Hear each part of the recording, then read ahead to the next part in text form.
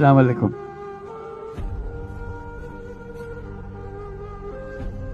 তোমাদের দেখছি আর ভাবছি কি একটা স্বপ্ন আমাদের সবার সামনে, তোমাদের সামনে, জাতির সামনে তোমরা নিয়ে এসছো। প্রথম শুরুতেই আমরা যারা শহীদ হয়েছে তাদের কথা স্মরণ করি।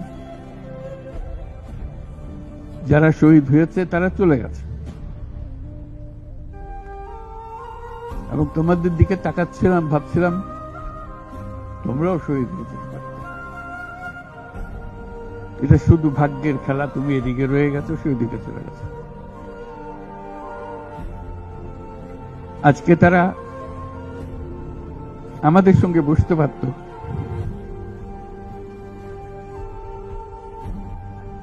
কিন্তু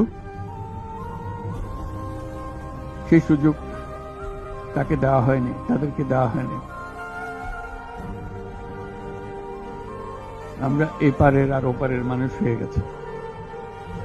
শুধু ঘটনা চক্রে কোন নিশ্চিত বলার উপায় ছিল না তুমি এখানে থাকবে, সে চলে যাও। তুমি হয়তো 1 ঘন্টা আগে রওনা হয়েছে, 1 ঘন্টা পরে রওনা হয়েছে, এতেই তার সমস্ত কিছু পাল্টে গেছে। যখন হাসপাতালে যাই তাদের দেখার জন্য,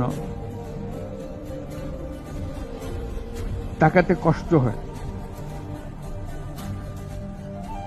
এরকম তরতাজা একটা ছেলে, একটা মেয়ে এরকম ভাবে কিভাবে ছিন্ন বিচ্ছিন্ন হয়ে যায়। মাথার খোল চলে গেছে, এদিকে পা চলে গেছে।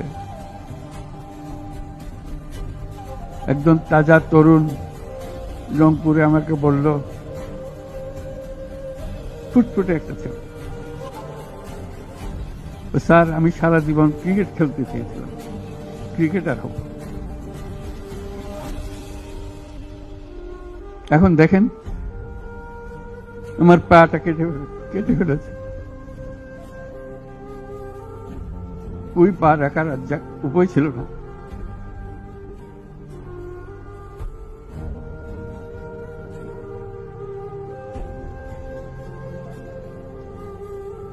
সে আমাকে জিজ্ঞেস করে, স্যার আমি ক্রিকেট খেলবো কি করে?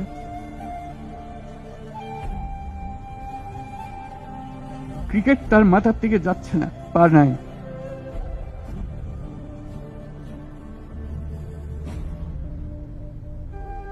যতবার দেখি